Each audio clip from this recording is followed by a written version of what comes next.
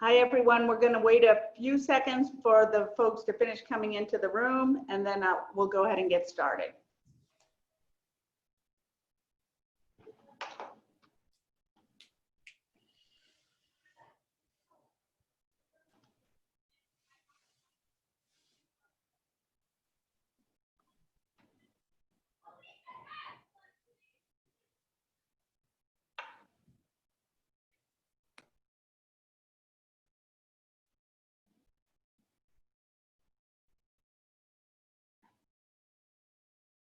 Okay, we're going to go ahead and get started with today's webinar. Good afternoon and welcome to our 8th webinar of our summer webinar series targeting grantsmanship.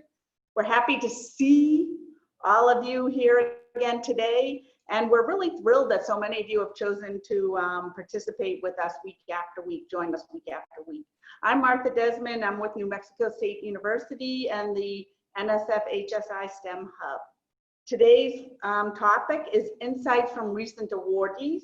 We welcome Drs. Lisselle Jones and Jeffrey Alexandra, both who have previously presented at in-person workshops for the Hub.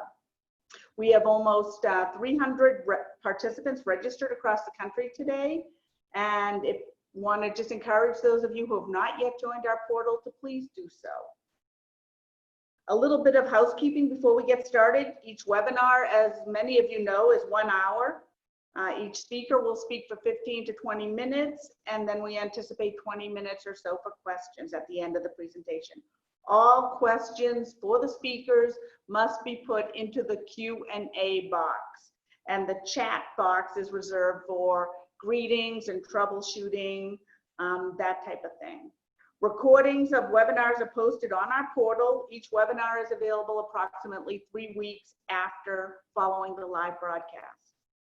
At the end of the presentation, you'll receive a short monkey survey by email, and would greatly appreciate it if you would fill it out immediately. It comes from Christine Velez. We had been seeing a little bit of enthusiasm for that, taking a nosedive, and then we really pushed it last week, and we were really happy to see that people started participating in that again.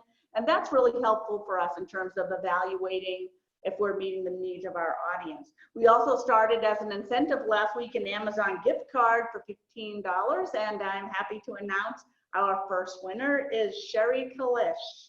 So congratulations, Sherry, if you're with us today. Okay, this week our speakers are, as I said earlier, 2 veterans of the HSI Hub grantsmanship workshops, Dr. Lisselle Jones and Dr. Jeffrey Alexandra. And so I'm going to briefly introduce them, and then we're going to start with Dr. Alexandra. So Dr. Jones is currently Vice President for Academic Affairs at Baltimore City Community College. She started this position in December of 2019, so this is a new position for her.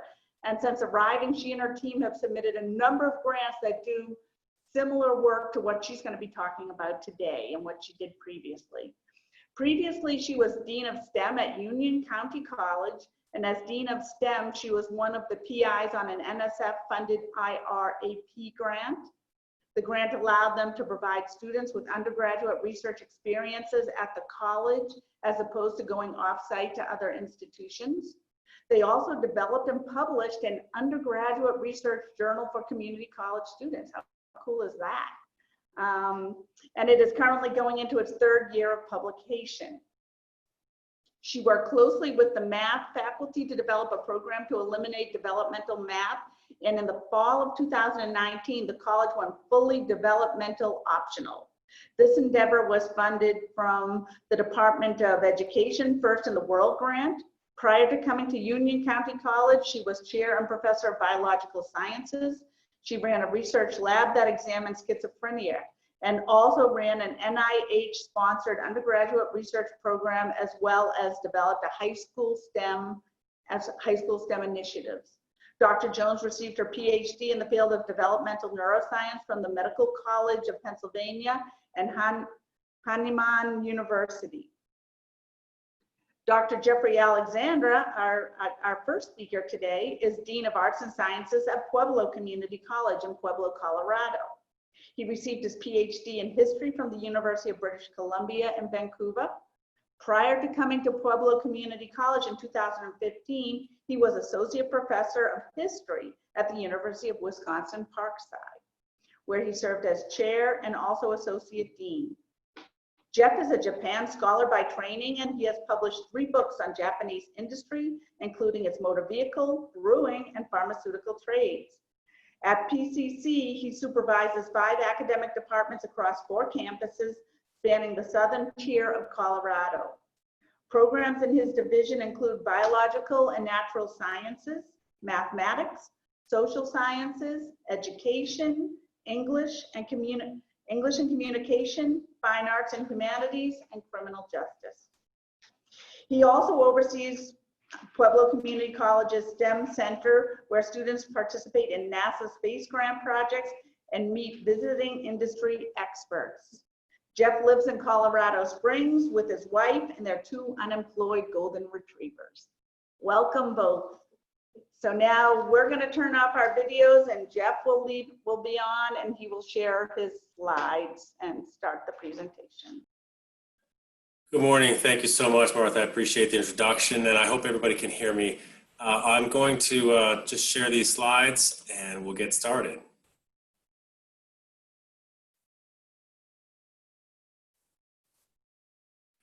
So I'm with Pueblo Community College in Pueblo, Colorado, and our NSF project presently, Los Futuros de STEM, is a project that's part of the Improving Undergraduate STEM Education, or IUSE program through the NSF. It's for Hispanic serving institutions. Pueblo Community College is an HSI, an historic HSI for more than 25 years, serving presently about 33% Hispanic students.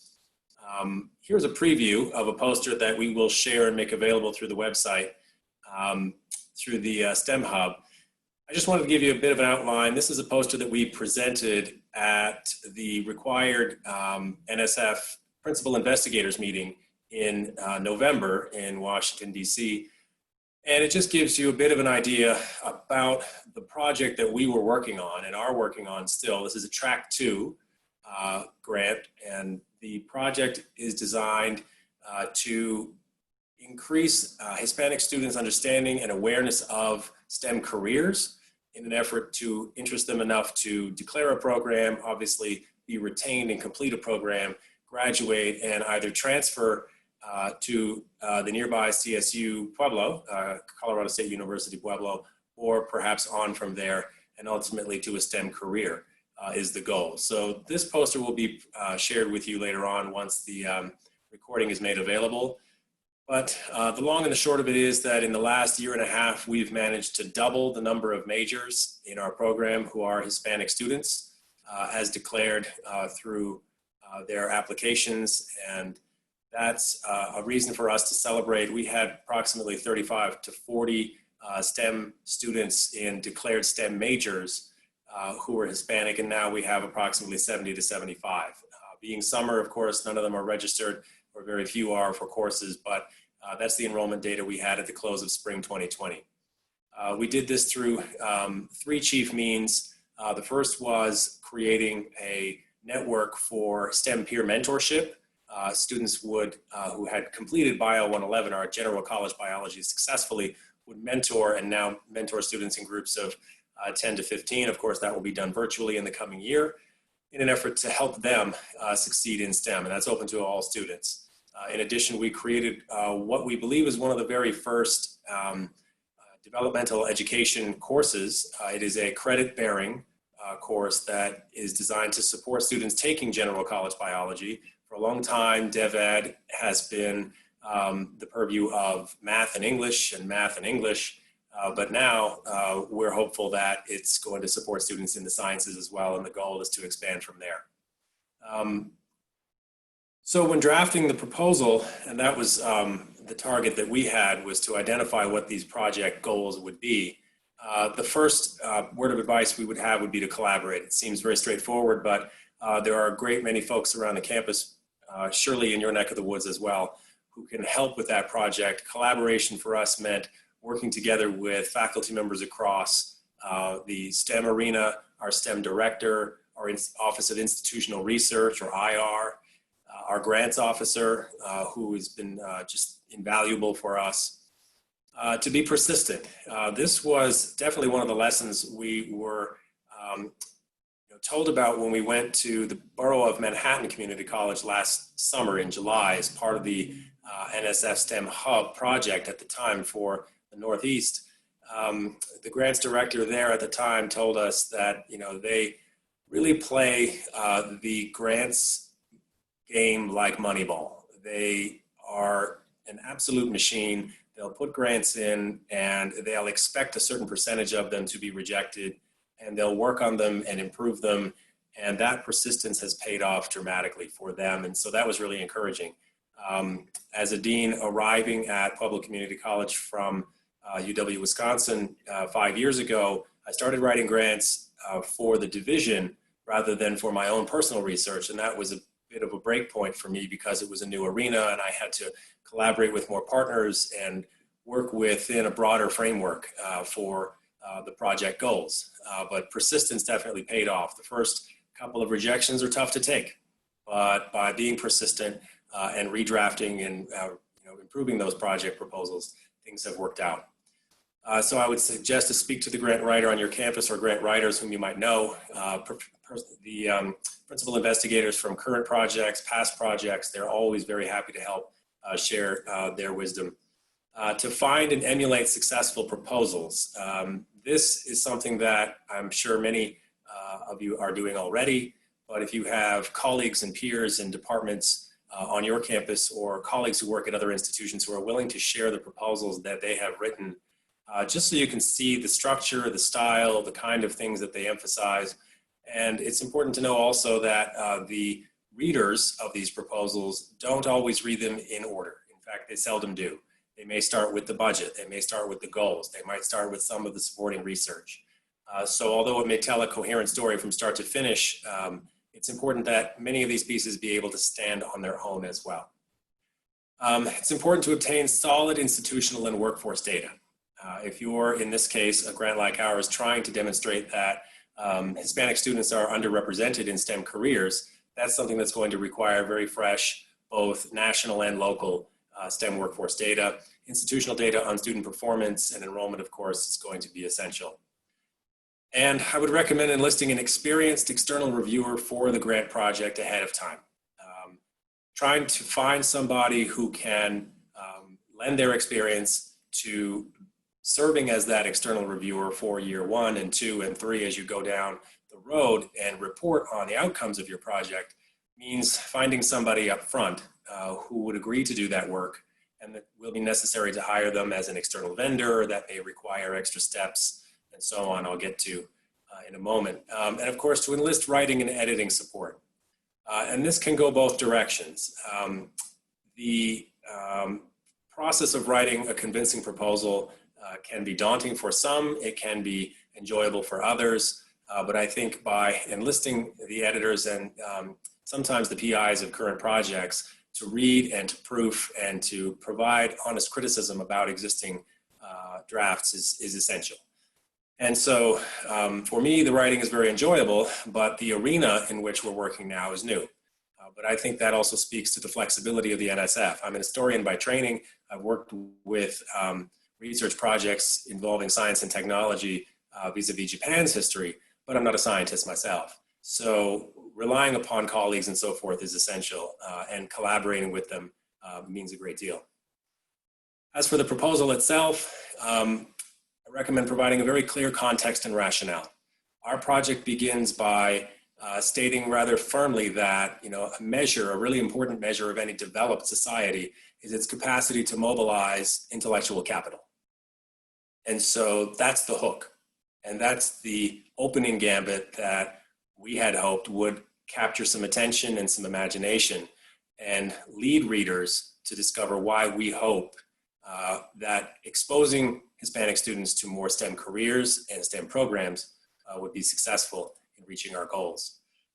Site-supported research, and not necessarily just supporting research that happen to be in the ballpark of what it is you're proposing, but truly supportive research, the kinds of citations that will demonstrate the goals that you are seeking to target have been demonstrated in the past to have been achievable and meaningful.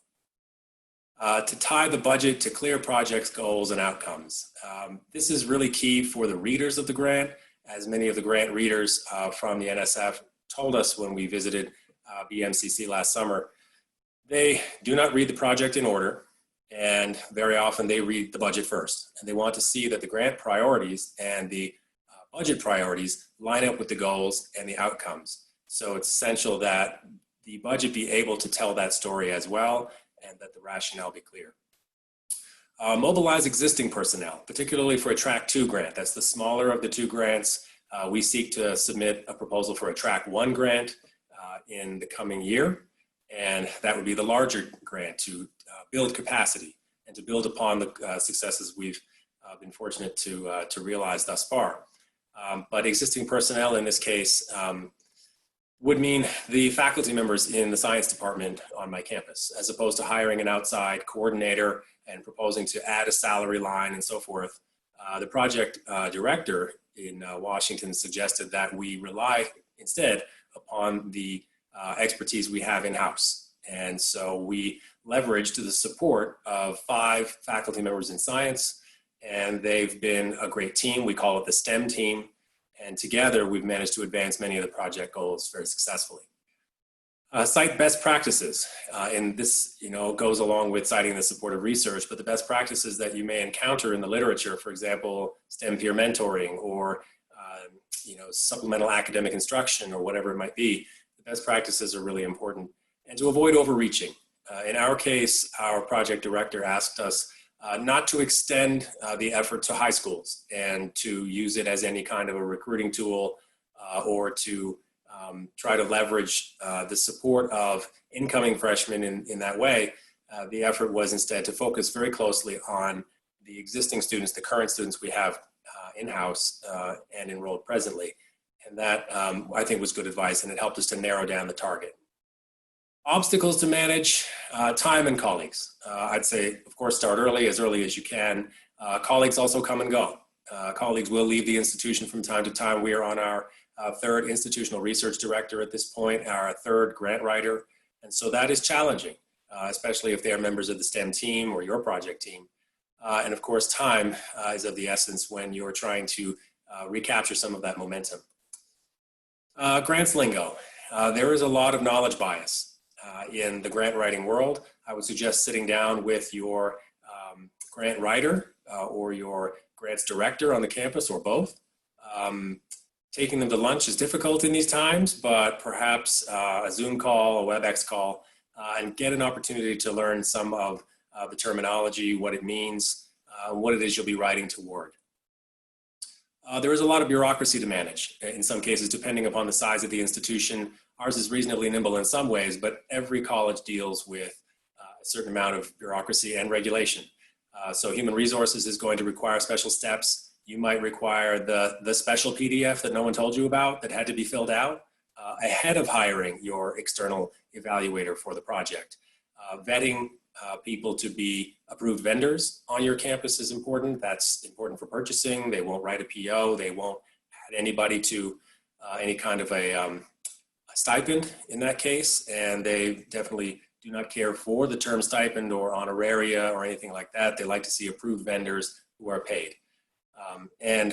Grants, the grants office on your campus might require that you notify them in advance of any intent to apply for grant funding. Sometimes there are special forms to fill out and expectations that need to be met. Online submission sites, these can be a bit of a hurdle. The former NSF Fastlane site has merged now into chieflyresearch.gov. Previously, there was a kind of a pass-through or a crosswalk that would extend one set of application documents to the other. Now it appears most of the content goes via research.gov, which is an improvement, but the submission sites can be a little unwieldy. They can be based on older platforms and software technology. So it's a good idea to get approved in advance. And employment contracts and addenda, as I mentioned, might have to be pre-screened and pre-approved before people can be added, especially if you're adding members of your existing college, faculty members, staff, personnel. to the project and you wish to pay them on an annual basis as part of the project grant budget, that will require contracts and addenda and riders to their existing employment contracts. And so working with HR in advance is going to help them to know what to do in order to pay folks on time. Sometimes these also have to be renewed every year, as I discovered, and if you don't renew them on time, people will be paid late, and then the dean is in big trouble. So it's a good idea to get the jump on that. Securing approved vendors, as I mentioned, is also something that requires extra steps. And of course, there are the unexpected things. Construction. In our case, our campus enjoyed, I might say, a 3-year capital construction project in my building. One day, I came in to discover that, for example, all the toilets in the building were stacked in my office suite in order to renovate the restrooms. So things like that will require you sometimes to be out of house and home and to be flexible. And of course, in the times we're in now, you may have to work remotely.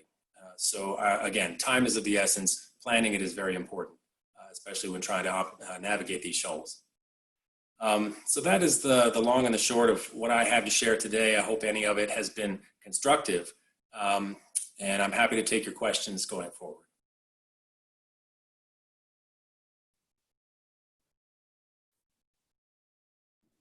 Sorry, I was muted there. Thank you very much, Dr. Alexander. We're going to go ahead and move to our next speaker, and then following Dr. Jones, we'll go ahead and take questions for both presentations. So Dr. Jones, can you join us on the screen? Excellent. Yes, hi. I think, Jeff, I think you need to stop sharing so that I can start sharing. Yes.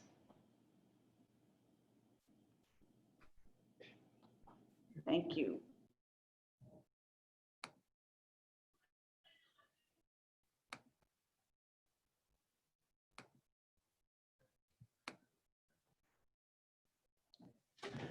Okay, so good afternoon. I let Jeff go first because, full disclosure, I looked at his slides prior to putting my slides together, and I saw how comprehensive his were or are. So, as you can see, I'm now at Baltimore City Community College. When I started this project, which was our IRAP grant, which was part of the IU's program, or still is part of the IU's program, I was the dean at Union County College. And as Jeff made clear in his presentation, people change positions. I was actually sitting in the final day of the PI meeting in November for these grants when the president of Baltimore City Community College called me and offered me the position. So it was a quick turnaround. But the grants for this program are extremely important because they allow us to do a lot of different things. At Union County College, we had the IRAP grant. Ours was a building capacity grant, and it was one of the only grants funded at a community college that without a partner. And what we found that we needed was opportunities for our students not to have to travel to four-year institutions to do their research. And so we put together a grant that would allow us to do that. And so when you look at grant writing, the most important thing to do is put it all down on paper. And the reason I say that is that many people think that they have to come up with the most innovative and brand new idea, but that's not really what it's about. It's innovative and brand new for you. And so putting undergraduate research into your curriculum, infusing it into various areas of the courses you're teaching, doing undergraduate research, none of that is necessarily innovative, but it was innovative for Union County College because we had not been able to do that in the past. We had taught very traditional types of school programs. And so as I say, put it all down on paper, get all your ideas out. Don't try to edit while you're putting your ideas on paper. You know, a lot of people like to use that expression, we are flying the plane while building it. I think that you need to get more like when you're building something from Legos. I'm a very STEM person, so Legos are a great thing for me. You put all the packages out on the table and you look at all the packages and then you begin to put the pieces together. And that's what I'm saying here. You want to put everything down on your paper. then you want to begin to try to put it all together and edit it. One of the things that I have learned in my current position is that how do you go out on telework and run an entire college from your living room? SharePoint, Zoom, Microsoft Teams, all good ways to do that. And if you're trying to hit that deadline of September or this fall for your particular grant, using a site like SharePoint is really helpful and allows your team to work collaboratively. Everybody has access to the documents, everybody can edit, you can leave notes for each other. We actually had to do this for our fall schedule and our summer schedule, trying to get it all together, trying to get 5 deans in one Zoom room on SharePoint all at the same time was an interesting feat, but it will allow you to write your grant in a very collaborative manner, because that's the other piece that's important. And Jeff said that as well, is that do this collaboratively. You can't write a grant in a vacuum. You're going to need help from your financial teams for the budget. You're going to need help from your administrators to understand how you can get reassigned time for your faculty. You're going to need help from your deans, vice presidents. All of these people will allow you to know what you can and can't do on your grant and how you can and cannot pay people to do the work. The other piece is timeline. When the grant's due, you have to backwards organize that. You have to back in all of your different deadlines to meet that one deadline. Because you can expect that something is going to go wrong along the way. So the timeline is extraordinarily important, and making sure that you're meeting your deadlines, or if you're having trouble meeting them, you're getting help in order to move forward with your grant. And finally, you want to keep, and I'm not sure if you can all see that, but I'm gonna move my, you need a team, and then you always need to keep your eye on the end goal, and that's the students you serve. All of these grants are designed to help students in some way, shape, or form, help them be more successful, help them get access to something they may not have had, help them move forward in their careers, make their career choices. The students are the reason that we're all at the different universities that we serve. And so the students should be the primary focus of why you're writing your grant and how you're going to better improve their opportunities, their access, and their ability to do what they want to do in their life. So IRAP was our grant, Infusing Research as Pedagogy. If you have research opportunities at your college and your students are writing papers, Union County College, I'm going to do a shameless plug for them, has this really phenomenal peer-reviewed journal. Sorry, I didn't have enough coffee today. Journal in which you can get your students' work published, and they are going on their 3rd year and they publish twice a year. So if you have any questions, I'd be more than happy to answer them.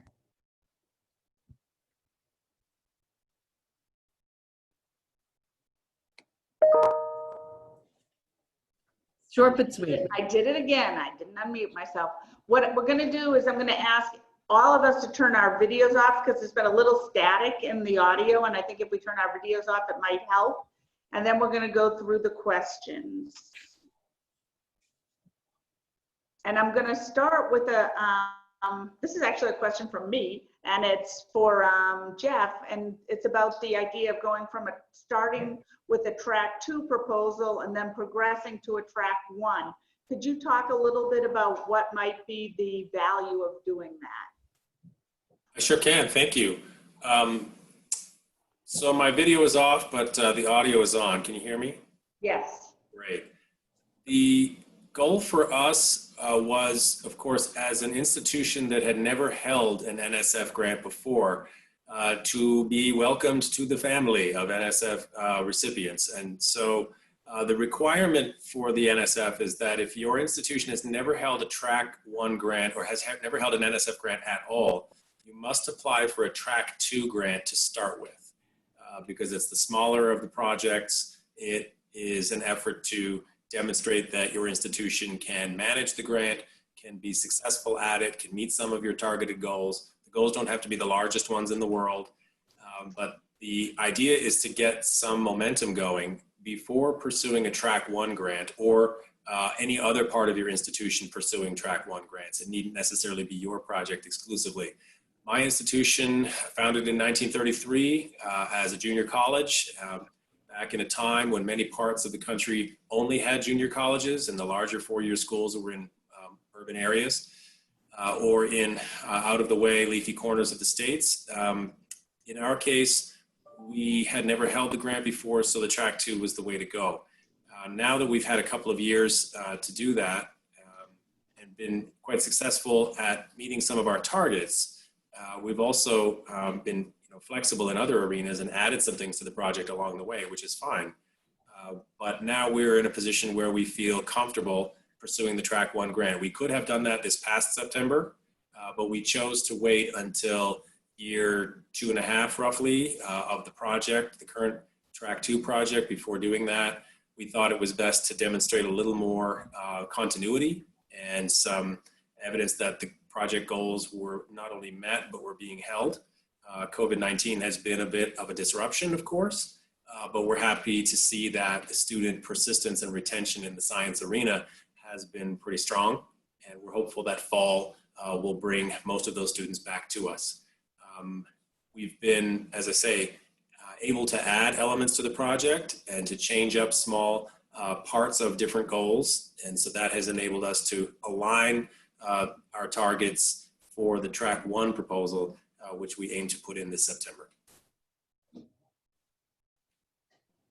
Thank you. Mario Oyander, you had a question about the poster, but it's not clear what that question is. So perhaps while we're going through the rest of the questions, you could type in your question.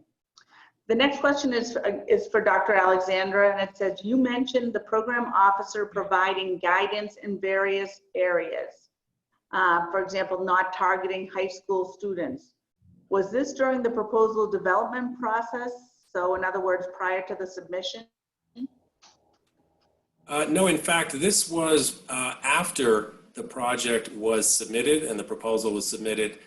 We heard back a few months later from the program officer who said that they, using the pronoun they are pleased with the project, and I'd like to see some refinement of it before I submit it to them, perhaps the broader committee, for review. So it appears that upon its initial read, the project was deemed to have some potential, and the program officer asked us to refine some of the targets a little bit, clarify things like who would be the lead on the project.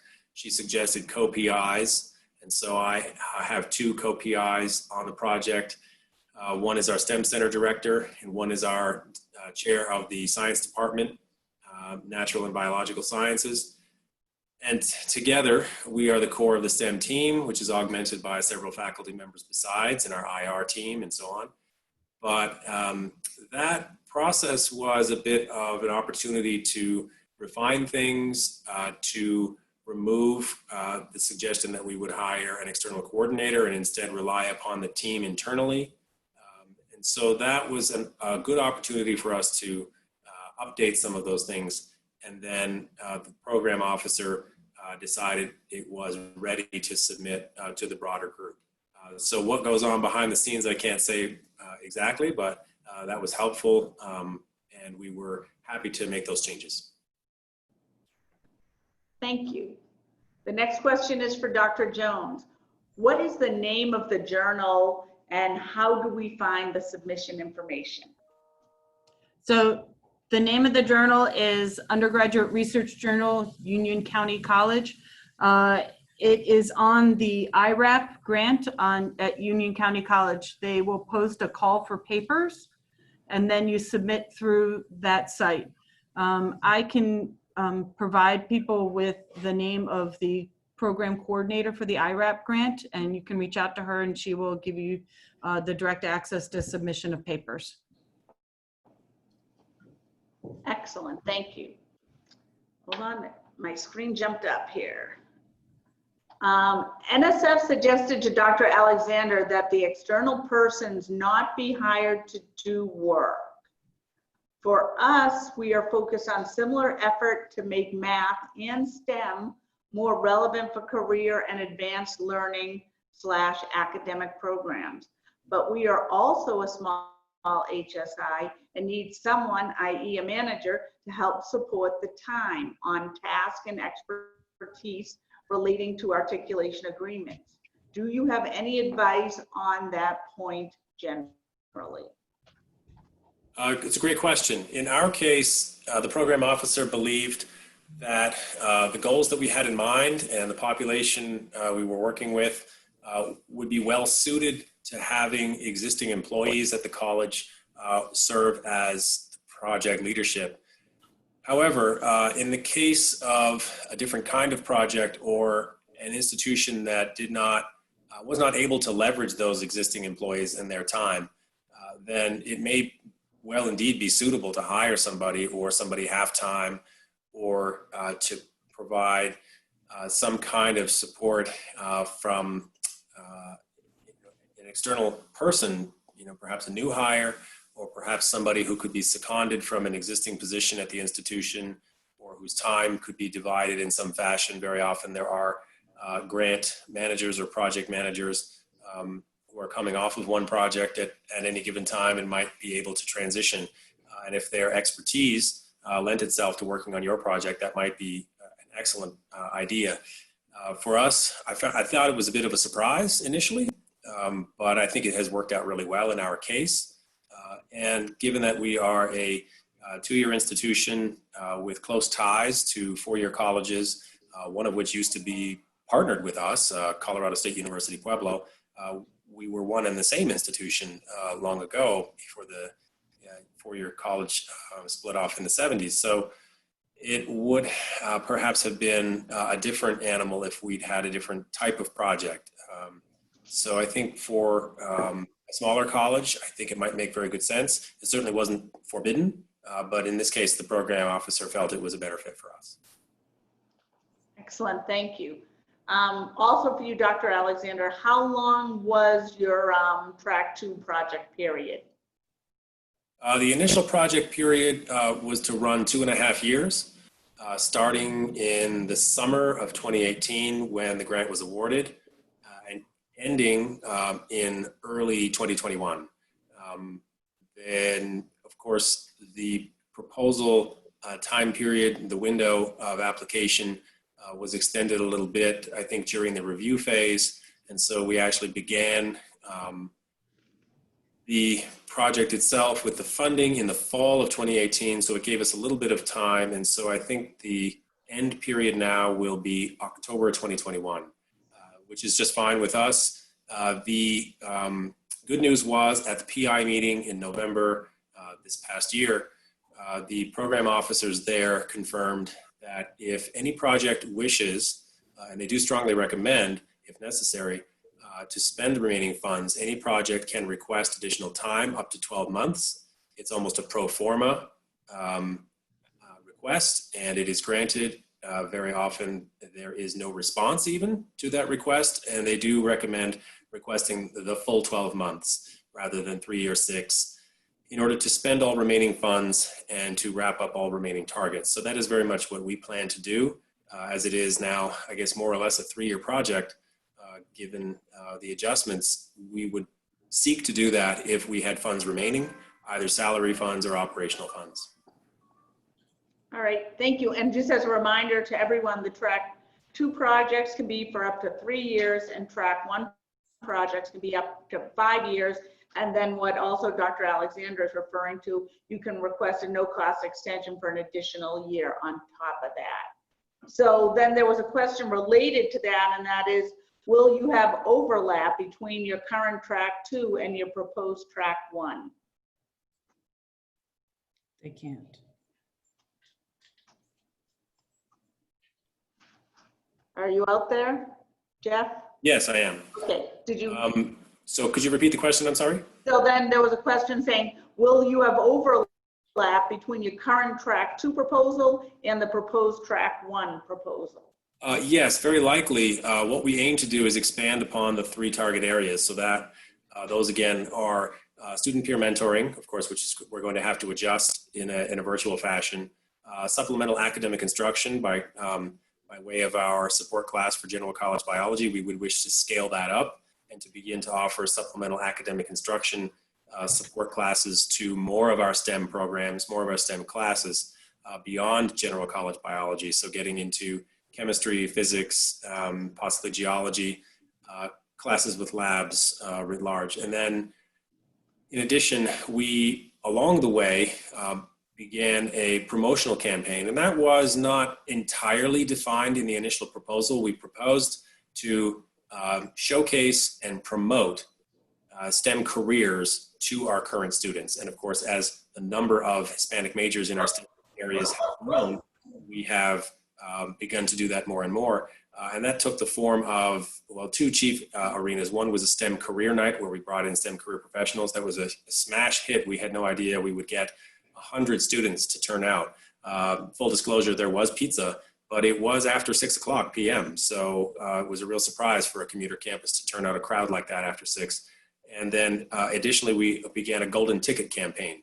And that took the form of inviting students who had performed well on the midterm, in A or a B on the midterm, to come and visit with a faculty member in the STEM area to discuss declaring a major. And we omitted students who were pursuing health professions. In some cases, we included them as well, but largely they are cohorted programs and they've already applied. In this case, however, both of those projects and those sort of sub projects, if you will, were really successful. We would absolutely expand upon those and again, bring them, flesh them out into our other areas of the STEM arena and give more students an opportunity to take part. So I think being flexible in some of the goals that you propose is very worthwhile. And that enables us to try different things, to experiment a little bit, to see what really works well, and then to propose to expand upon those in the track 1. Excellent. Can each of you share with us a little bit about the institutional data that you collected to support your project, where you got that information and where you got that information from? Sure. If it's okay, I'll go first, Jeff. So we worked with IR very closely. Some of that data we have in New Jersey is part of a larger data book. And then some of that we pulled from iPads. And then a lot of that data we use to look at our own rates for courses to provide examples of why we needed to take the changes we were making. So, for example, we look at how biology overall, or bio overall, the number of students that completed and then were retained next semester, and then other students that were retained, how many of them actually completed, and then look at the overall graduation rates. So that helped us provide a time of where our students were having difficulty and why we needed to make the changes we were making. Currently, they're using the CAT assessment, which actually provides them more meaningful information in regard to all the changes that they're making. But you need to work closely with your IR department because they hold all of your institutional data, and that's the data that's reported to the federal government, and that's usually the data that your president will allow to be used. They don't like, as my current president calls it, janky, or as my previous president called it, bootleg data, which, so you need to go through your IR department. Thank you, Lisa. I agree. Getting access to good quality data and the approved data is especially important. In my office, I have access to a host of longitudinal data regarding enrollment and so forth in certain program areas, but I would always defer to IR, our institutional research team. We are part of a state system as well, so it's important to keep that in mind. If you are part of a state system or a set of state colleges, in the case of Colorado, we have 13 community colleges, and several four-year institutions in two different systems, CSU and also CU, University of Colorado. So for us, we could get a hold of and request student data, student performance data at the institutional and also potentially at the system level if it were relevant. For us, in addition to the student performance data, which is vital, we also needed workforce data to demonstrate and to make our case that Hispanic students were underrepresented in the STEM career arena, and that is broadly true. 6% perhaps of current workers in STEM career fields are Hispanic, and that's lower in many parts of Colorado, in fact. And what's ironic, of course, is that in Southern Colorado, the population of which is largely Hispanic in many communities, that's a real disparity. And that's something we needed to demonstrate very clearly and accurately. So Department of Labor data, local workforce development data can be really valuable. State data, of course, is often readily available. So yes, it's a matter of getting the right data and making sure it's approved and that it's been vetted and citing it appropriately. Thank you. And this could be for either of you. Were you able to include in your budget monies for collaborating with other schools to create articulation agreements? If so, how? So We did not have money to do articulation agreements, but we did have money for students' projects that if they wanted to work at another school. Most of articulation agreements, you don't actually need money to fund putting those together. Those tend to be a conversation between a dean and a vice president on the other side of the table, along with a faculty review of curriculum.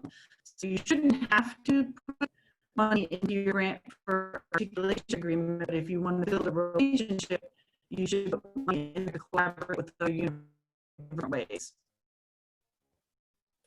And in our case, we also did not pursue any articulation agreements vis-a-vis this project. We have separately a very robust campaign of doing that, particularly with four-year transfer partners. Of course, as a two-year institution, we're aiming to ensure that students outside of the CTE arena, career and tech ed arena, who are pursuing gen ed degrees, what we call in Colorado a degree with designation or major, are able to transfer. And so for us, the goal of getting students to declare a STEM major, or this degree with designation, i.e. biology or chemistry or physics, to do that is fundamental to them being able to transfer to the four-year college and arrive on that campus as a junior in good standing with 60 credits completed and the appropriate 60 credits to mate up with that four-year degree program at that particular school. So in the background, we have managed and waged a campaign over the last 4 years together with adopting EAB Navigate as our enrollment and student management platform and developing a guided pathways program featuring curriculum maps for every degree program. We've also paired that with an effort to map out through articulation agreements, or best choices transfer guides, we call them, to show students exactly what 60 plus 60 will look like and where it goes on that particular campus. And not only that, where it goes in terms of the career destination. And that was really where we were focusing chiefly. But yes, that's a fundamental part of it. So that was mentioned in our application that we'd had these campaigns to build this infrastructure to illustrate that for students. So it wasn't left to the readers to assume that we had those tools in place. We were able to demonstrate that they exist. Students can use them, they can follow them, students and families can read them.